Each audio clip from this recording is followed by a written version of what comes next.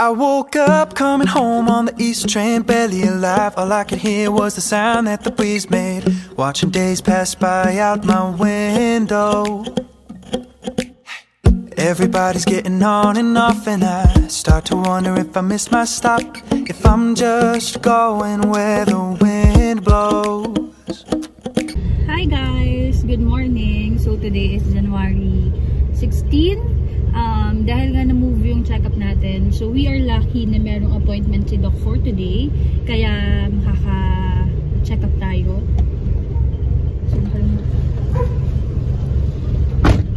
So nakalimutan ko, nagpambahay akong tsinelas. Anyway guys, today is check-up day natin, and ang oras natin ngayon is 3:37 na ng hapon, at nakaganto ko. Bakit? Kasi appointment namin is 4 PM, so malapit lang din naman to sa amin. Pero kailangan lang na-make sure na maaga kami para hindi kami mag-antay ng bongga.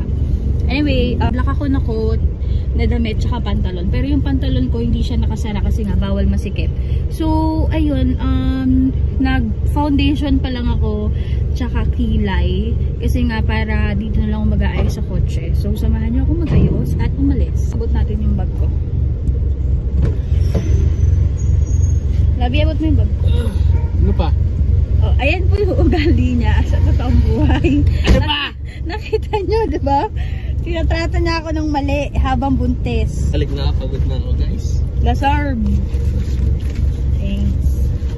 So magme-makeup na tayo guys, and yun lang. And happy new year. Tapos bumili pala ako guys ng lagayan ng mga vitamins kasi lagi ko nakakalimutan yung mga dad kong inumin. So effective naman to. Ayan, meron siyang mga araw. Then lalagay mo lang dito yung mga gamot mo. For example, ganito yung itsura niya. Ayan. So yung isa nangat-ngat ng aso. Kaya isa na lang. Gabi, nag-ano ka na, pasa ka na. Meron ng pera yung sa payment. Guys, babalikan ko kayo at mag-makeup lang ako saglit.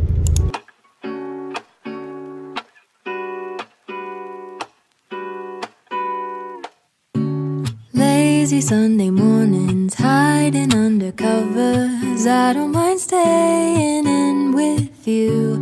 Play your favorite movie, laying right beside me. I don't mind when it's just us two. The corner coffee shop we like to go.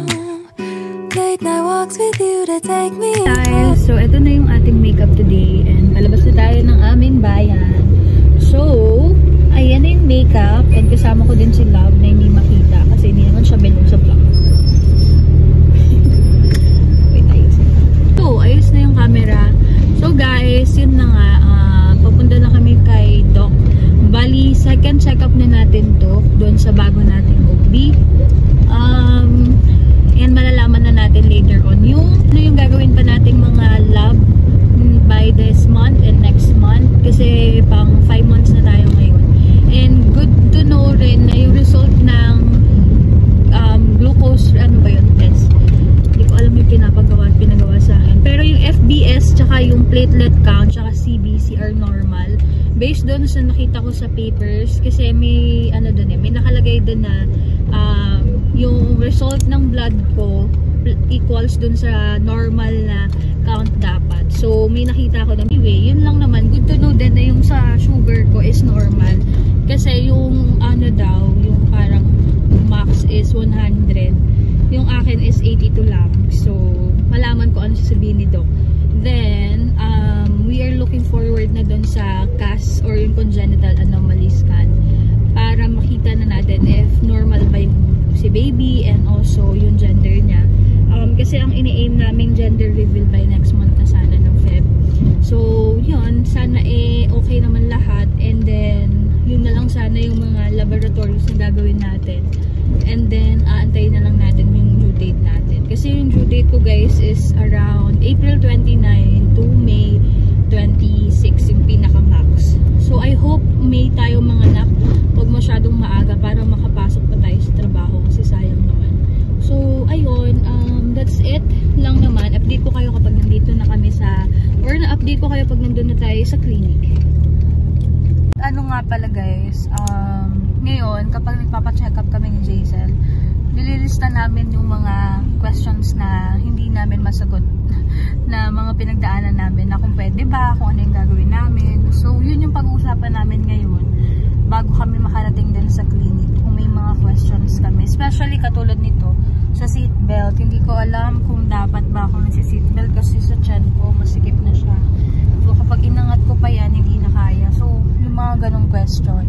Pangalawa, kung pwede ba akong maglakad-lakad na. Kasi sabi ng mama ko, tsaka sabi din nila, bawal matagtag. And sabi rin naman ni Doc last time, bawal nga akong mag-akyat panao.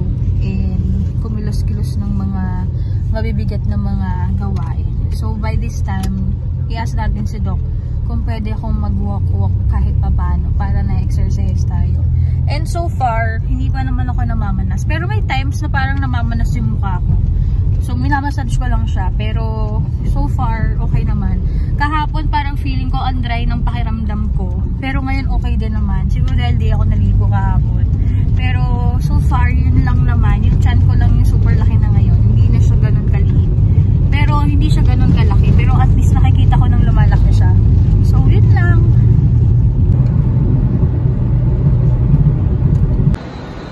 Hey guys! So, ngayon, tapos na yung check-up natin. And nandito kami ngayon sa Southwoods Mall. Okay.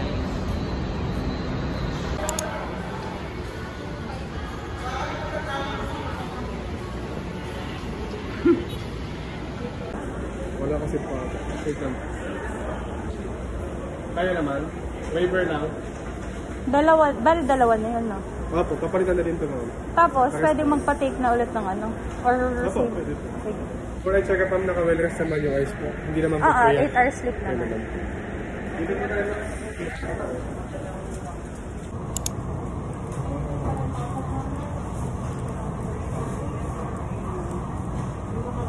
Hindi kaya siya yung Guys, nandito na kami sa loob ng Southwoods Mall. And dumaan na rin ako ng salamin ko kasi nabasag ko yung salamin ko. And yun na lang din yung ulit na lens na frame na pinagamit ko. So nag-avail na lang ako ng pinakamura nilang package which is $795. Yung may grado na. So yun yung in-avail ko. Then same na frame na lang. Pero kasi yung branch na pinanggalingan nung original frame ko is sa Binyan. Kaya, ayun. Pero dito kami sa South, pwede naman daw. And nag-file na lang or nag-fill up na lang din ako ng form or waiver form na parang if ever masira yung frame, wala siyang warranty. And I think kaya naman nila yun, nakailang beses naman kaming ganun. So, yun guys. Nandito lang kami and waiting na lang ako sa check-up kasi sabi ko ipapa-recheck ko yung mata ko. So, yan. Hey guys! Baka ma-copyright tayo pero nandito na kami sa mall. Actually, kanina pa kami nandito. Nandito na kami sa my Jerry's Grill. So, dito kami magde-dinner ni Jason. And naka-order na tayo. So, umorder na lang kami ng lechon kawali. Kasi platter yung ina-offer nila dito eh. Hindi, walang mga yung combo meal na. So, medyo madami yung mga serving para sa amin dalawa. So, hopefully maubos namin yung lechon kawali. And tapos na pa-extra side soup na lang kami. Kasi masarap yung may soup. So, yun. Balikan na lang natin yung ating yung salamin by before 7. Kasi ang oras natin ngayon is 6 o'clock. So, ayun guys. Actually, tumingin din kami ng cellphone. Hopefully, before ako manganak or pagkatas ko manganak, is makabili na tayo ng food. Kasi yun din doon yung reward ni Jason. Pero syempre, hati kami doon.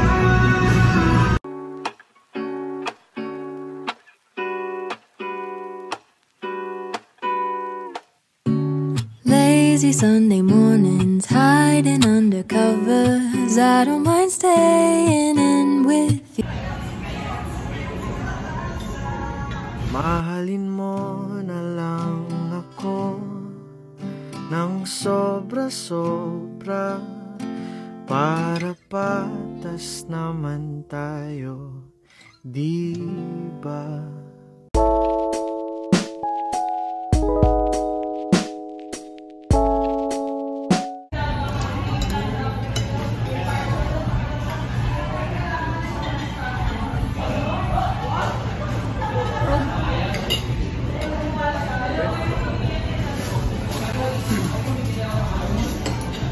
Uli tayo dito.